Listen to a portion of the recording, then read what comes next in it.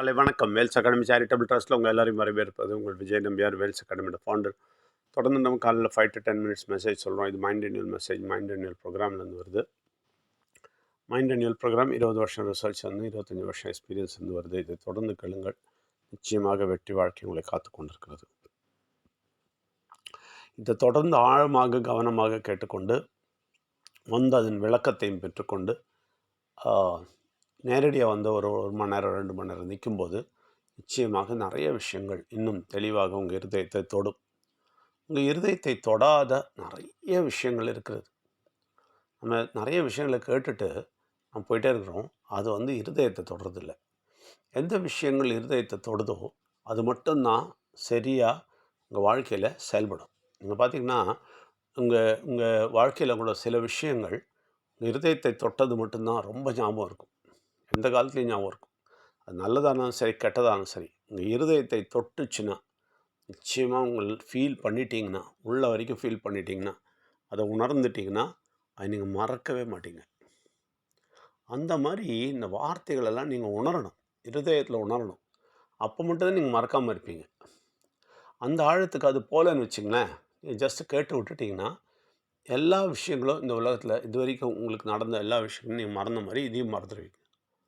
ஆனால் எந்த விஷயம் உங்கள் இருதயத்தை போய் தொடுதோ அது நிச்சயமாக நல்ல ஞாபகத்தை தரும், மறக்கவே மாட்டீங்க. அதனால் அந்த எண்ணத்தோடு நீங்கள் கேட்டிங்கன்னா ரொம்ப நல்லாயிருக்கும். நல்ல விஷயங்கள் இதிலிருந்து கிடைக்கும்போது அதை நிச்சயமாக உள்ளே எடுத்துக்கொண்டு இருதயத்தை தொட வைக்க வேண்டும். அப்பொழுது நிச்சயமாக அது உங்களை திருப்பி திருப்பி ஞாபகப்படுத்தி உங்களுக்கு பலம் கொடுக்கும். உங்கள் எல்லாரையும் வரவேற்கிறோம். பாருங்கள், நம்ம வந்து கடவுள் வந்து எப்போவுமே நம்ம கூட நடக்க விரும்புகிறார். இப்போது கடவுள் நம்ம கூட எப்போவுமே நடக்கும்போது கிவ் அண்ட் டேக் பாலிசி ரொம்ப முக்கியம். கிவ் அண்ட் டேக் பாலிசி நல்லா தெரிஞ்சுங்க, கிவ் அண்ட் டேக் பாலிசி. ஆனால் நம்ம இது வரைக்கும் டேக் பாலிசி மட்டும்தான் வச்சுருக்கிறோம். கடவுள்கிட்ட என்ன வச்சுருக்கிறோம்? டேக் பாலிசி மட்டும்தான் இருக்கிறோம். கிவ் அண்ட் டேக் பாலிசி கிடையாது. டேக் பாலிசி என்னது? எனக்கு என்ன நல்லது செய், நல்லா வச்சுக்கோ, காசு கொடு, பணம் கொடு, வியாதியெல்லாம் இல்லாமல் வச்சுக்கோ, பிள்ளைங்களாம் பார்த்துக்கோ, அவ்வளோதான். இதுதான் டேக் பாலிசி. அங்கேருந்து என்ன கிடைக்கும் மட்டும்தான். கிவ்வுக்கு நம்மக்கிட்ட ஒன்றும் இல்லை. நம்ம கற்றுக்கிட்ட வரைக்கும் கிவ் வந்து தேங்காயும் பழம் தான் இல்லையா? இல்லை, கிவ் சரியான கிவ் கொடுத்தா சரியான டேக் பண்ணுவீங்க. ஓகே, சரியான கிவ் கொடுத்தா சரியான டேக் பண்ணுவீங்க. அப்போ தான் கிவ் அண்ட் டேக் பாலிசி கரெக்டாக நடக்கும். அப்போ என்ன கொடுக்கணும் அப்படின்றத தெரிஞ்சு அவருக்கு கொடுக்க பாருங்கள். அப்போ அவர்கிட்ட கிடைக்கும், அவர் உங்கள் கூட நடப்பார், எல்லாம் நடக்கும். அப்போது அவர்கிட்டருந்து கேட்க மட்டும் கற்றுக்கூடாது. என்ன உங்களுக்கு வேணும் கடவுளேன்னு கேட்கணும். கேட்போமா? கேட்குறதே இல்லை. நம்ம என்ன கேட்போமோ, உங்களுக்கு என்ன வேணுமா கடவுளே?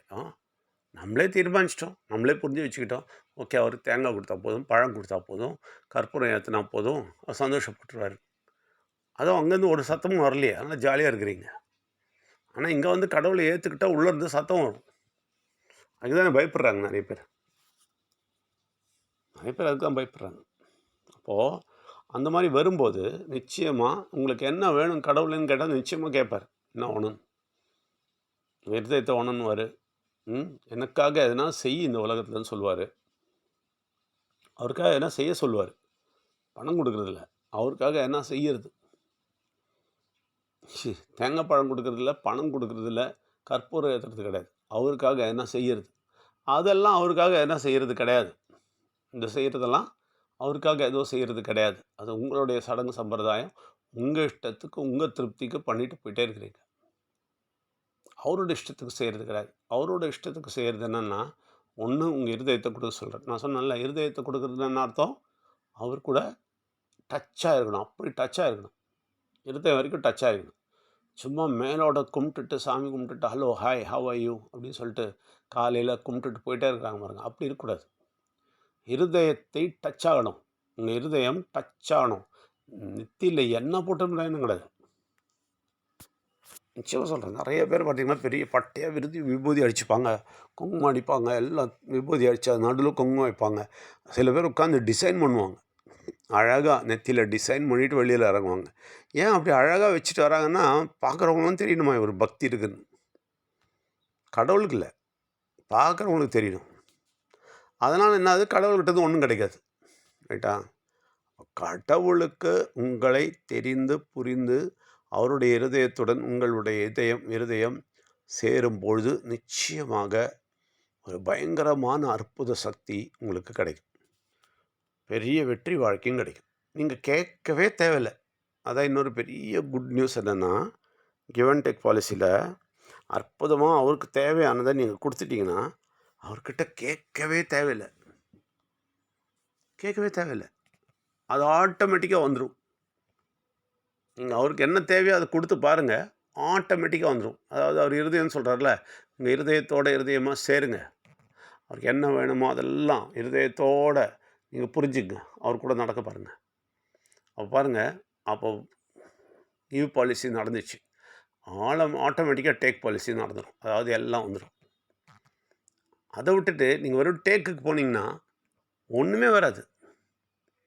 ஏன்னா கடவுள் அங்கே இப்போ என்ன பார்க்குறாருன்னா, உங்களோட சுயநலத்தை பார்க்குறாரு. தனக்குன்னே கட்டுன்னு இருக்காங்க, தனக்குன்னே கட்டுன்னு இருக்காங்க, எனக்கு என்ன ஒன்று கூட கேட்க மாட்டேங்கிறாங்களே இல்லையா? அவருக்கு என்ன ஒன்றுன்னா அன்பான அந்த பந்தம், உங்கள் கூட அன்பான ஒரு பந்தம் வேணும்.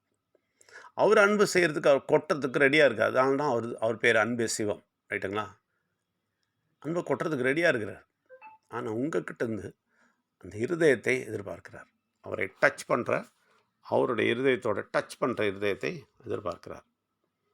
அதை எவ்வளோ சீக்கிரம் முடியுமோ அதை ட்ரெயின் பண்ணி அதை கற்றுக்கிட்டு பிரார்த்தனை செய்து குனிந்து பணிந்து அவர்கிட்ட கேட்க எப்போ மனது வருதோ, ஓகே, ஆராய்ச்சி பண்ணுறதெல்லாம் நிறுத்திட்டு, ஓகே, எப்போ மனது வருதோ அப்பொழுது உங்கள் வாழ்க்கை மாறும். அதை யாரும் இது வரைக்கும் சொல்லிக் கொடுக்கல. என்ன சொல்லி கொடுத்தாங்க? எப்படி அர்ச்சனை பண்ணணும், எப்படி தேங்காய் பழம் பூ வைக்கணும், கற்பூரம் ஏற்றணும் தான் சொல்லி கொடுத்தாங்களே தவிர யாருமே இதை சொல்லிக் கொடுக்கல. அதை நீங்கள் கரெக்டாக செஞ்சிங்கன்னா உங்களுக்கு எல்லாமே நடக்கும். அற்புதமாக உங்கள் வாழ்க்கை மாறும். ஓகே, இருதயம் கொடுக்கறத விட்டுட்டு நமக்கு ஒரு 10 நிமிஷம் கொடுக்க முடியலையே, நினச்சி பாருங்கள். அப்போ எவ்வளோ தூரம் உங்கள் இருதயம் இருக்குதுன்னு தெரிஞ்சுக்குங்க. அதனால் உங்கள் இருதயத்தை கொடுங்கள், நிச்சயமாக அவர்கிட்ட கிடைக்கும். உங்கள் கூடவே நடப்பார், நீங்களும் அவர் கூட நடப்பீங்க. உங்கள் எல்லாரையும் வரவேற்கிறோம். நன்றி, வணக்கம்.